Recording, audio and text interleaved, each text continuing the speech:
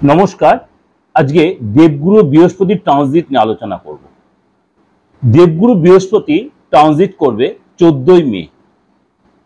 14ই মে দেবগুরু ট্রানজিট করবে দীর্ঘ 13 মাস পরে। কেন কম বেশি আমরা প্রত্যেকেই জানি বৃহস্পতি প্রত্যেক 13 মাস অন্তর ট্রানজিট, কিন্তু এইবার যে ট্রানজিট এরপরের ট্রানজিটটা হবে কিন্তু বৃহস্পতি অতিচারী সিস্টেমে, অতিচারী ভাবে। অতিচারীটা কেন বলছি, খুব স্পিডি ভাবে ট্রানজিট হবে।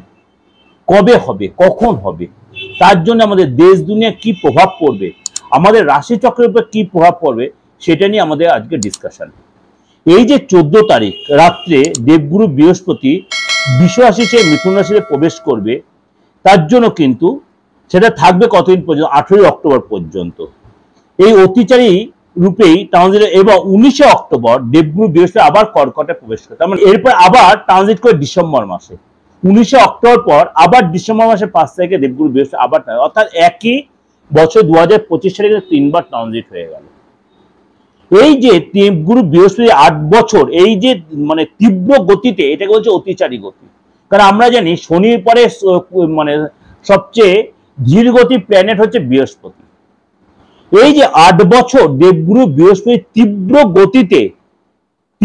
গতিতে যে ট্রানজিট হবে, এটাকেই বলছে অতিচারী। অর্থাৎ প্রথমে বৃষ থেকে মিথুনে, আবার মিথুন থেকে কর্কটে, আবার কর্কট থেকে আবার মিথুনে আসবে। সুতরাং এই গতিটা বলে মানে এই যে এত কুইক মুভ করছে, এই জন্য একে বলছে অতিচারী। এবং কর্কটে 2 মাস থাকার পরে দেবগুরু বৃহস্পতি আবার মিথুনে প্রবেশ করবে। গুরু যখন অতিচারী হয় তখন দেশ দুনিয়ার উপরে কিন্তু একটা প্রভাব বিস্তার করে, এবং এক রাশিতে দীর্ঘদিন থাকলে মানে ধীরে ধীরে যখন প্রবেশ করছে তখন তার প্রভাব একরকম দিচ্ছে, মানে ভালো হোক আর মন্দ আপনার মানে খারাপটাও ধীরে ধীরে দেবে। আবার যখন খুব কুইক মুভ করবে তার প্রভাবটাও কিন্তু আপনার ক্ষেত্রে সেরকম স্পিডি দেবে। অর্থাৎ সুফল বা কুফল সবই কিন্তু আপনার স্পিডি ভাবেই দেবে। 19 অক্টোবর দেবগুরু কর্কটে প্রবেশ করবে, এবং নভেম্বর মাসে দেবগুরু কিন্তু আর বক্রিয় হবে। তাহলে আপনারা খুব ডিটেলে কিন্তু ডিসকাশনটা করে দিচ্ছি। 19 অক্টোবর দেবগুরু বৃহস্পতি কর্কটে প্রবেশ করবে মিথুন থেকে, আবার এই কর্কটেই নভেম্বর মাসে বক্রি হবে। আবার 4 ডিসেম্বর আবার দেবগুরু বৃহস্পতি বক্রি অবস্থায় মিথুনে প্রবেশ করবে। তাহলে আপনাদের যে ক্লিয়ার কেন অতিচারী বললাম। এই 15ই মে থেকে 19 অক্টোবর, 15ই মে থেকে 19 অক্টোবর পর্যন্ত দেবগুরু বৃহস্পতি কোথায় থাকবে, মিথুন রাশিতেই থাকবে, এই অতিচারী অবস্থাতেই থাকবে। তার জন্য শরীর স্বাস্থ্যের প্রতি বলুন, বিদ্যা বুদ্ধির প্রতি বলুন, সন্তানের প্রতি বলুন, আপনার ম্যারেজ লাইফের প্রতি, যারা অবিবাহিত হয়েছেন তাদের বিয়ে হয়ে যাওয়ার ব্যাপার, পার্টনারশিপ, ব্যবসা, চাকরি, সব ক্ষেত্রে কিন্তু দেবগুরু বৃহস্পতি একটা প্রভাব পড়বে। গুরুর এই গোচরে অশুভভাবে মানে আসি যখন, তখন তার সুফল একটু করে কমে যাবে। অর্থাৎ এই যখন এত কুইক করছে, অশুভভাবে যখন আসবে, তখন দেবগুরু বৃহস্পতির প্রভাবটা অনেকটাই শুভভাবটা কমে যাবে। কোন কোন ঘরে দেবগুরু বৃহস্পতির প্রভাব বিস্তার করে, কোন কোন ঘরে দেবগুরু বৃহস্পতি অশুভ হয়, সেটা নিয়ে আমি কিন্তু প্রোগ্রামের মধ্যে আলোচনা করে দেব। অর্থাৎ দেবগুরু বৃহস্পতি আপনার রাশিতে যে অতিচারী রূপে যখন প্রবেশ করে মিথুন রাশিতে, আপনার রাশির ক্ষেত্রে কি হবে। মেষ রাশি, দেবগুরু বৃহস্পতির ট্রানজিট আপনার জন্য কিন্তু যথেষ্ট প্রভাব বিস্তার করবে।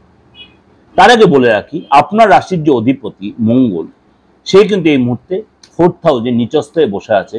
আগামী 6 জুন পর্যন্ত এখানেই থাকবে, তারপরে সে চলে যাবে আপনার সিংহ রাশিতে। 6 জুন পর্যন্ত নিচস্থই থাকবে, তারপরে চলে যাবে সিংহ রাশিতে।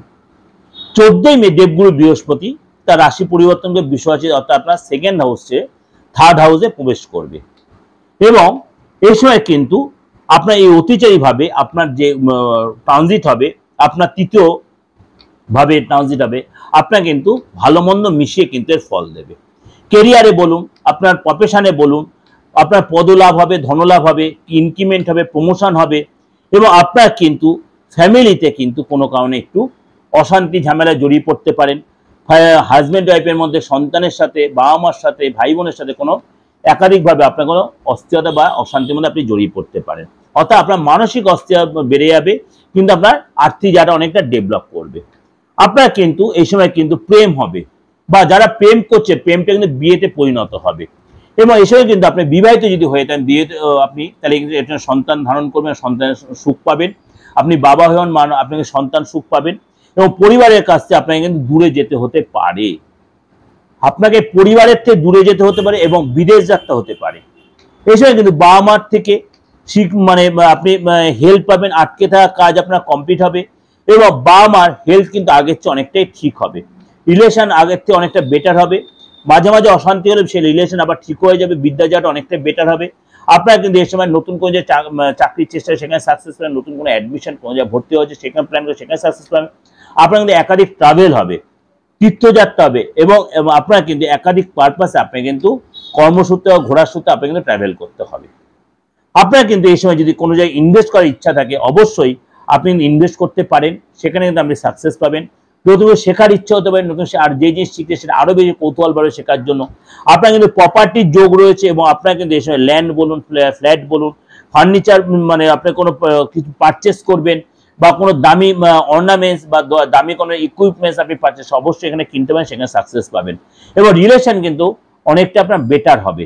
এই সময় কিন্তু আপনার কাজের জায়গায় স্থান চেঞ্জ হতে পারে, এবং অফিসে আপনার হয়তো কোনো নতুন প্রজেক্ট পেলেন, বা যে প্রজেক্ট আপনি ছিলেন বা যে ডিপার্টমেন্টে সেই ডিপার্টমেন্টটা চেঞ্জ হলো, ফ্যামিলির সাথে কোনো কারণে আপনার বাক বিতণ্ডে কিন্তু জড়িয়ে পড়ে। এইটা কিন্তু আপনাকে সতর্কতা, মানে বিনা কারণে বিনা ইয়েতে আপনার উপরে কেউ দোষ আরোপ করতে পারে, আপনি হয়তো সেন্টিমেন্টাল হয়ে গেলেন, তর্কাতর্কিতে জড়িয়ে পড়তে পারে। সুতরাং ওভারঅল বৃহস্পতির ট্রানজিট কিন্তু আর্থিক জায়গাটা ভালো, কেরিয়ারের জায়গাটা ভালো, পড়াশোনার জায়গাটা ভালো, কিন্তু আপনার ফ্যামিলি লাইফটা কিন্তু আপনাকে ডিস্টার্ব দেবে, এবং আপনার লোকজনের সাথে কোনো কারণে মাঝে মাঝে অশান্তি বাক বিতণ্ডে আপনি জড়িয়ে পড়বেন। পেটের প্রবলেম হতে পারে, কখনো পড়ে গিয়ে একটু চোট লাগবে, বিশেষ করে পেটের প্রবলেম, আপনার জন্ডিস, এই ধরনের কোনো প্রবলেম আপনি একটু ভুগতে পারেন।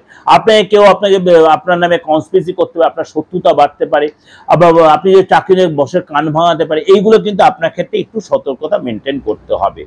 আপনি দুম করে হয়তো কারোর রাগ করে আপনি কাজে যেটা ছেড়ে দিলেন, হয়তো দেখা গেলো ভালো চাকরি দুম করে আর পেলেন না। এইগুলো কিন্তু তাড়াহুড়া স্টেপগুলো নেবেন না, তাড়াহুড়া কোনো ডিসিশন নেবেন না। সেরকম কোনো সিচুয়েশন হলে অবশ্যই কোনো ভালো কোনো গুরুর কাছে, ভালো কোনো হিতাকাঙ্ক্ষী লোকের কাছে, আপনার বাবা মা হোক, যার কাছে ভালো করে কনসাল্ট করবেন, প্রপার জিনিসটা জানিয়ে তারপরে আপনি ডিসিশন নেবেন। কোন করে কোনো ডিসিশন নিয়ে কাউকে কোনো কমিটমেন্ট দিয়ে তাহলে লোকের কাছে শত্রু হয়ে যাবেন, লোকের কাছে আপনার বদনামে, লোকে আপনাকে অনেকটাই মানে হেয় করবে। এই জিনিসগুলো থেকে আপনাকে কিন্তু বেরিয়ে, অর্থাৎ মানে আপনার সম্মানের জায়গাটা একটু ডিস্টার্ব হবে, সামাজিক জায়গাটা একটু ডিস্টার্ব হবে, কিন্তু আপনার পদলাভ হবে, ধনলাভ হবে, আর্থিক সিচুয়েশন ভালো হবে, কেরিয়ার জায়গাটা ভালো হবে, পড়াশোনা জায়গাটা ভালো হবে, কিন্তু মনটা বড্ড অস্থির হয়ে থাকবে। এটা কিন্তু আপনাকে ওভারঅল প্রেজেন্টেশন করলো। ওভারঅল তা সত্ত্বেও বলছি 90 থেকে 95% মিলবে। আপনার ব্যক্তিগত হরোস্কোপ দেখছি না, আপনি হাতটা আমি দেখছি না, আপনার বাস্তুটা আমি দেখছি না। সুতরাং বৃহস্পতির সিচুয়েশন আপনার ব্যক্তিগত জায়গায় কি আছে সেটা যদি ভালো থাকে, তাহলে অবশ্যই এই রেজাল্ট আপনি পেতে বাধ্য। যদি আপনার বার্থ চার্টে, আপনার হাতে, আপনার নিজস্ব বাস্তুর জায়গায় বৃহস্পতির সিচুয়েশন ভালো থাকে, আপনি কিন্তু রেজাল্ট পাবেন। যদি ডিস্টার্ব থাকে সেটা রেক্টিফিকেশন করে নেন, তাহলে কিন্তু এই যে বৃহস্পতির সিচুয়েশন বললাম 12 রাশির ক্ষেত্রে, আপনি সেটা পেতে বাধ্য। যাতে কিন্তু সতর্কতা হবে, সতর্কতা মেনটেন করবেন, দেখবেন আগামী দিনগুলো আপনার জন্য যথেষ্ট ভালো যাবে। ভালো থাকবেন। অবশ্যই ভালো লাগলে প্রোগ্রামটা লাইক করে শেয়ার করবেন, আর আমার এই চ্যানেলটা ফলো করে রাখবেন, সাবস্ক্রাইব করে নোটিফিকেশন অন করে রাখবেন। যোগাযোগ করতে আমার বুকিং এ ফোন করে নেবেন 891097332594339601। যে কোনো জায়গা থেকে, যে কোনো ধর্মের, যে কোনো বয়সে, আর যে কোনো রাজ্য থেকে, যে কোনো দেশের বিদেশের থেকে। নমস্কার, ভালো থাকুন।